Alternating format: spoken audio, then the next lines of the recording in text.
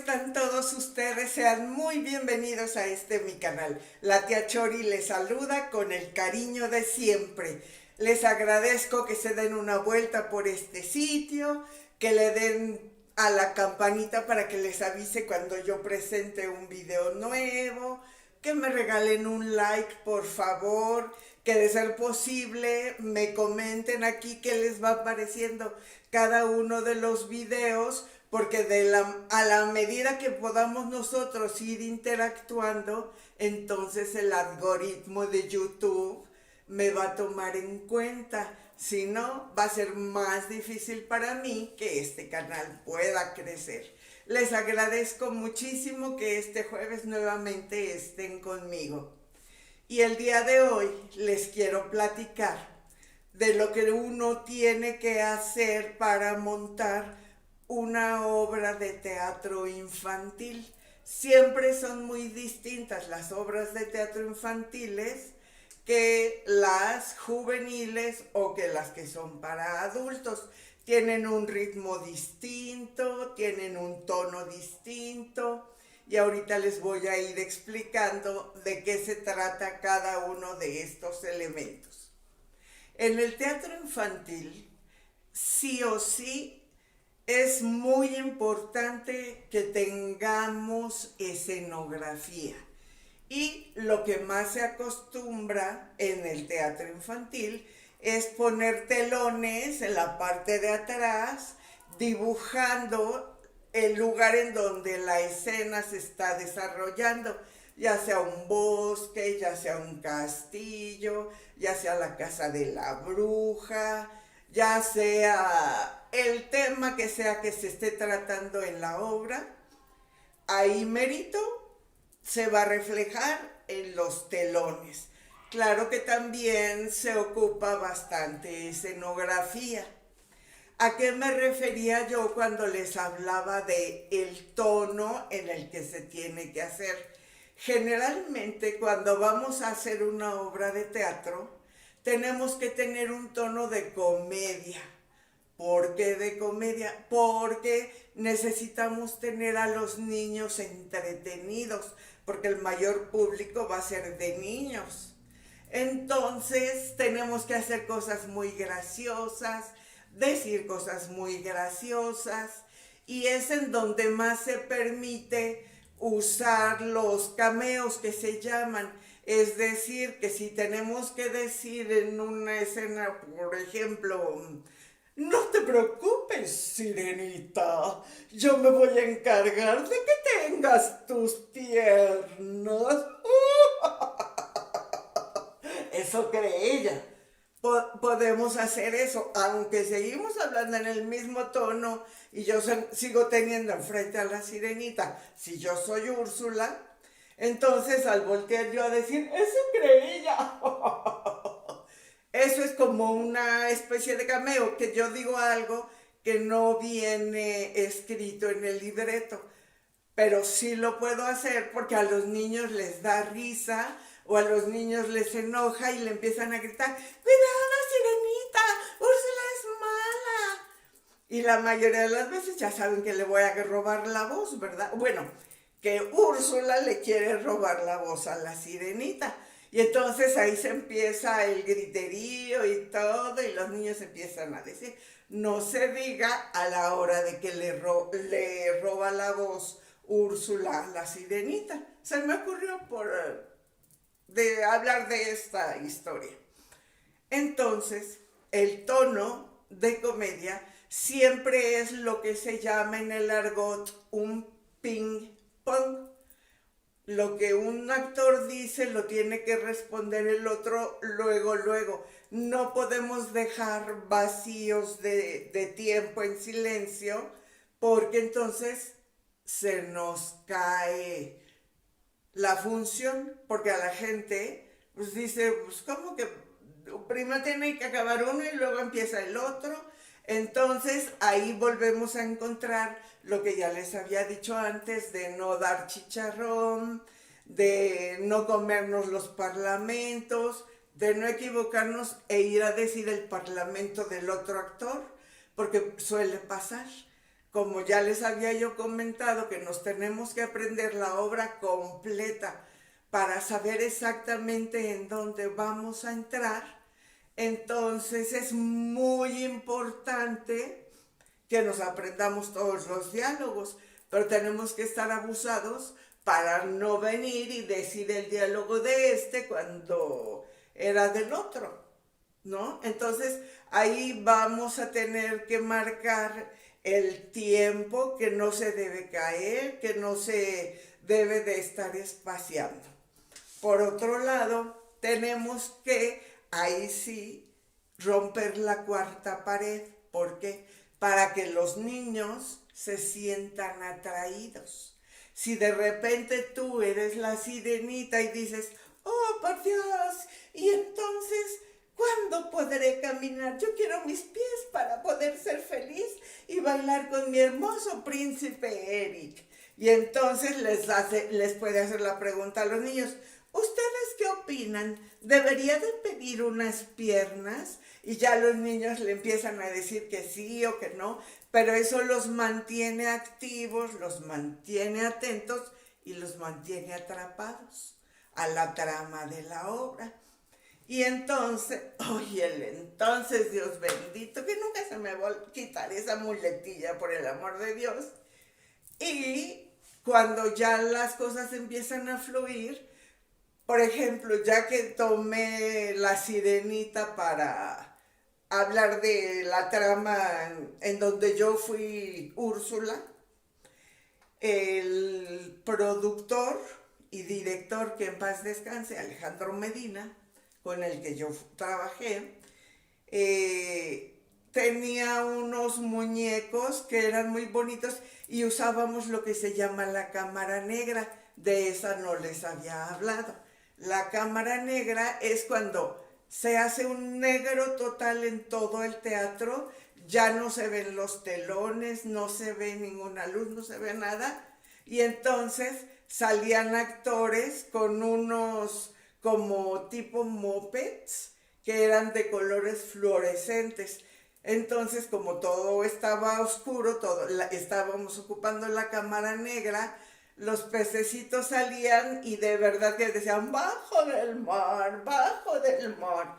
Y pasaban de un lado a otro cantando y todos los actores estaban vestidos de negro e incluso tenían esto que se llama pasamontañas, que apenitas y les dejaba que se les vieran los ojos, pero como estábamos con la cámara negra, difícilmente se podían distinguir. Entonces los niños guardaban la ilusión de que verdaderamente ahí era el mar y los pececillos andaban volando, válgame Dios, nadando de un lado para otro.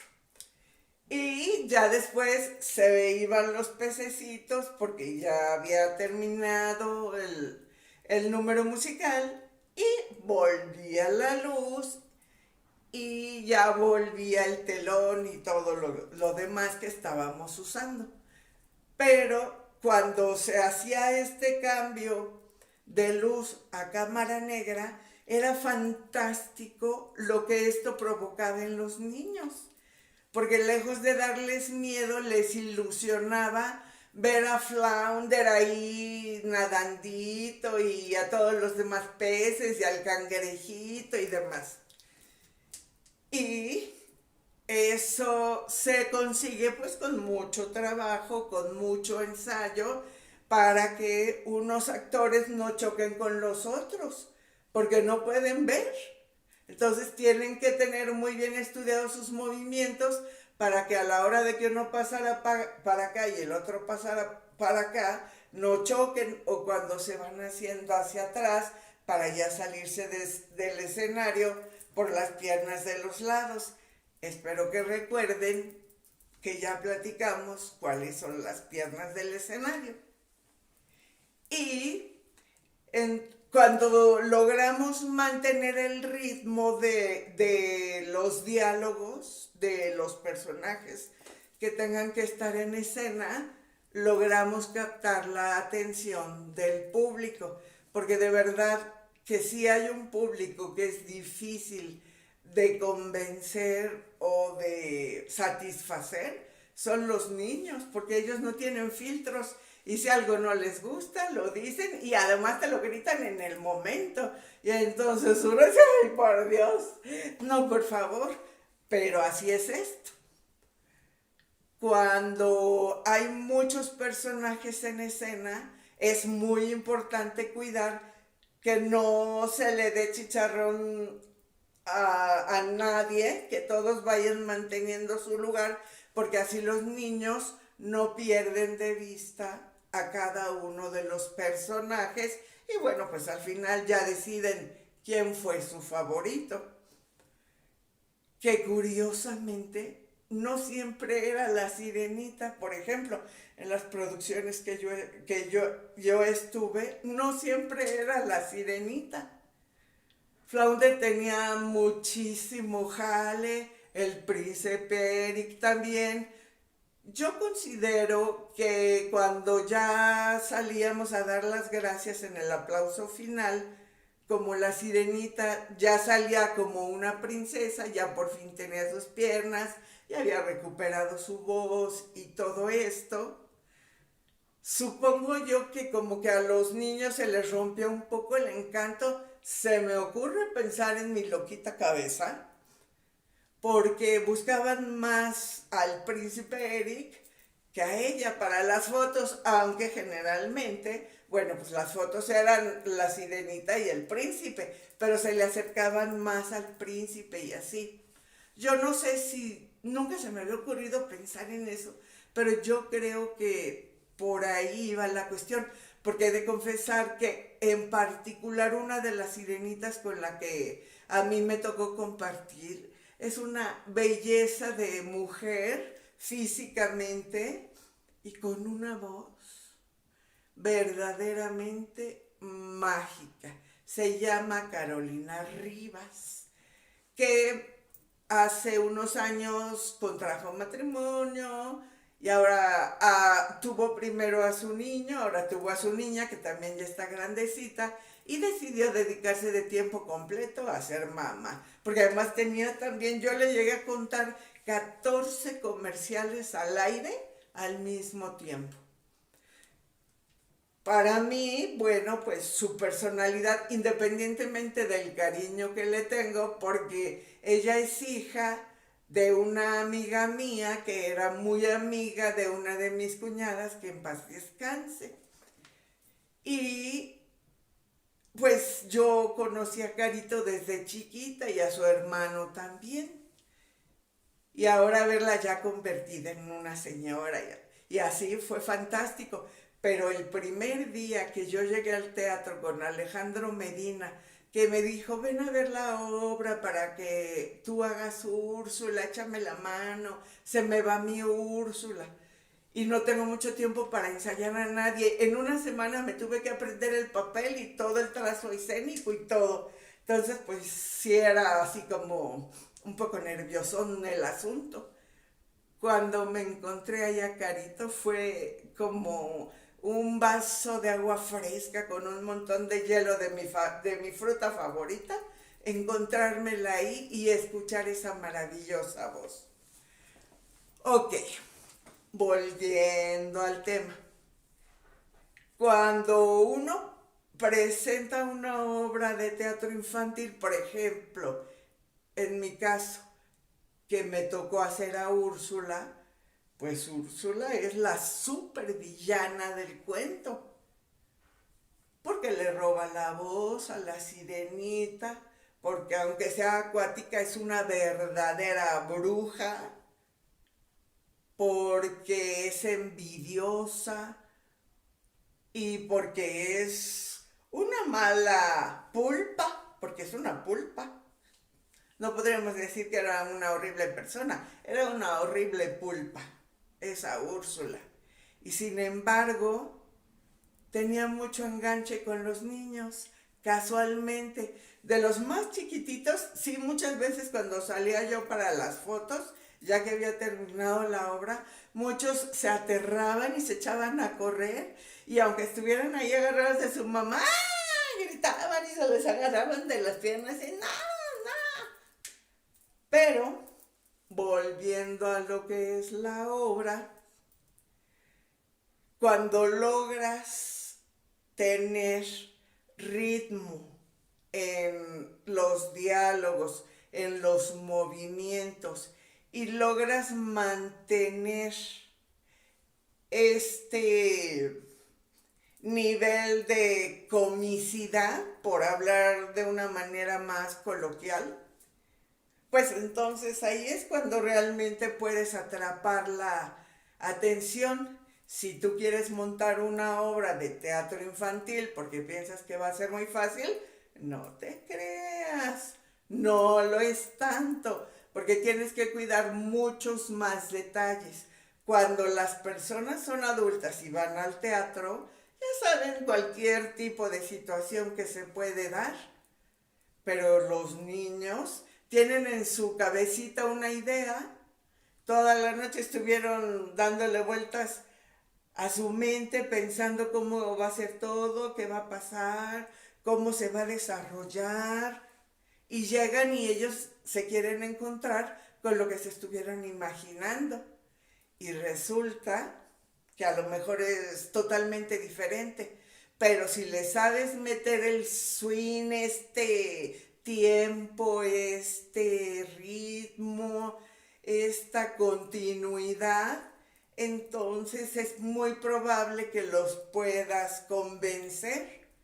Pero de lo contrario, en el momento tienes que pensar cómo sacar adelante la escena. Si ves que no se están riendo, si ves que no están participando mucho, tienes que pensar rápidamente cómo sacar adelante la escena. Y si tú eres de las personas que tienen más experiencia que otros, pues te las ingenias para subir el ánimo, pero ahí no puedes meter tantas muletillas porque el tiempo de la obra se alargaría demasiado y además estarías entorpeciendo los diálogos de los demás. Cuando yo les comenté lo del el cameo hace un momento, es que en realidad de eso va. Yo estoy diciendo mi diálogo, dejo pausado, hago mi cameo, hago que se rían los niños, regreso, termino mi diálogo y ya la otra actriz me responde. Pero es ligeramente complicadísimo ponerte a querer meter de tu cosecha. Sin embargo, muchas veces eso puede salvar la obra. Y cuando tú quisieras montar una obra como estas, te conviene buscar una que no tenga tantos personajes, porque es un poco menos complicado hacer los trazos escénicos, pero al mismo tiempo ya vas con la idea de que sabes que tampoco va a durar tanto. Así que ya ahí cada uno va decidiendo cómo lo quiere hacer. Yo les quiero pedir nuevamente que me manden sus sugerencias, que si me las pueden dejar aquí abajo, eso sería maravilloso, porque estaríamos interactuando y estaríamos provocando al algoritmo de YouTube. Si les da pena eso, bueno, pues escríbanme en Messenger o en correos electrónicos como lo han estado haciendo. O igual, por favor, díganme si quieren que yo les platique de las obras en las que yo trabajé y las peripecias y las glorias y las penas que íbamos viviendo en cada una de ellas, porque todas eran completamente diferentes. Pero eso es lo que es más interesante para mí, por lo menos como actriz, el poder protagonizar diferentes personajes que sean de diferentes extractos, de diferentes épocas, de diferentes edades, con diferentes necesidades, porque si no sería como muy tedioso estar viendo siempre lo mismo. Como todos sabemos, desgraciadamente, lo que está pasando en Turquía y en Siria es una tragedia enorme. A mí que me tocó vivir el terremoto del 85 en México, me mueve muchísimo, porque al parecer ellos están mucho peor de lo que nosotros estuvimos aquí en el 85. Entonces, sí pueden hacer sus brigadas, buscar la embajada de estos países para ir a dejarles lo que les puedan mandar para que traten ellos de sobrevivir, ya sean medicinas, víveres, comida, que la comida enlatada, perdón, los víveres son comida, pero quise decir, si les van a enviar comida, por favor fíjense que no vaya a estar caducada, porque sería terrible que después de la tragedia que están viviendo, además se fueran a intoxicar con comida que ya está pasada. Entonces vamos a hacer todos un poquito más de esfuerzo para tratar de ayudarles a estos hermanos que lo están pasando tan mal. Y para lo que yo siempre les pido, en nuestro país, búsquense como comunidades a las que puedan ir y les cuenten cuentos a los niños pequeños, que les lleven libros a las chicas que están ya en una edad más avanzadita, que son adolescentes, que no sé, que busquemos la manera de ayudarles a salir de ese agujero en el que las circunstancias de la vida los metieron. No vamos a hablar de quién es la culpa, mejor vamos a pensar quiénes podemos ayudar.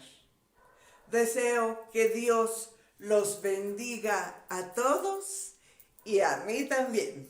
¡Hasta la próxima!